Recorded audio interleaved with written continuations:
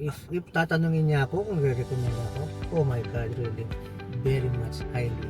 Thank you so much, sir. Ipaglalaban ko to.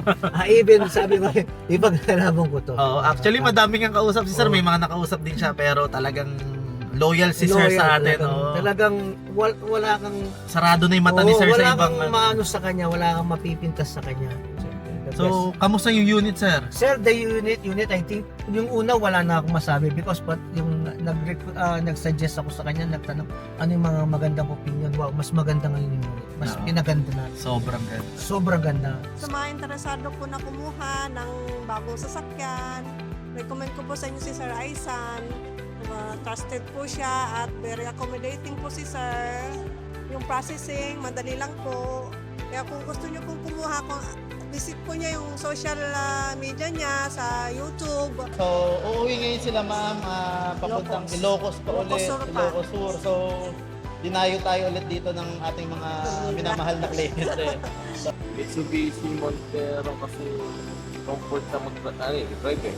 Opo. Comfort and yung long drive na. Tapos, dream car talaga. Kung may kukuha kayo, may bahala kayong kumuha ng kay Aizan lang. Aizan.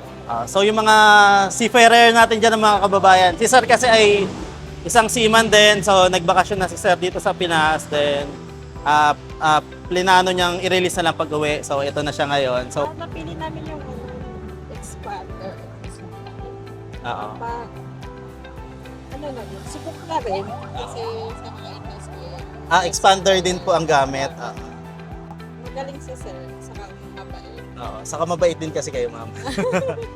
Kamusta naman yung unit niyo, baby? Happy ka ba? Happy ka? Opo. Ay! 1 week lang yung naging total process natin. 22 ata kayo naging kwento natin. Actually, nag-start before ako ng Wednesday last week sa kanya. So, considering yung weekend, I think 2 to 3 days nag-release ko siya. Kasi ganun kabilis yung kanya. And for Aizan, ano siya, parang 10 points siya sa akin. Oh, thank you. Kaya, 10 points siya kasi sa akin. Kasi sobrang swift siya in terms of pag-response sa mga sa mga concerns ko, mga request ko, and everything. So talagang napoprovide niya yung mga agam-agam ko. Sobrang okay po ang unit na expander. Sobrang gaan ng Manibela, sir. So si Sir kasi first time driver magmamaneho. So nagamay naman niya agad. So konting practice pa para maging expert na si Sir. So yun sir, maraming salamat po sa tiwala niyo sir. Sir Charwin, thank you din po.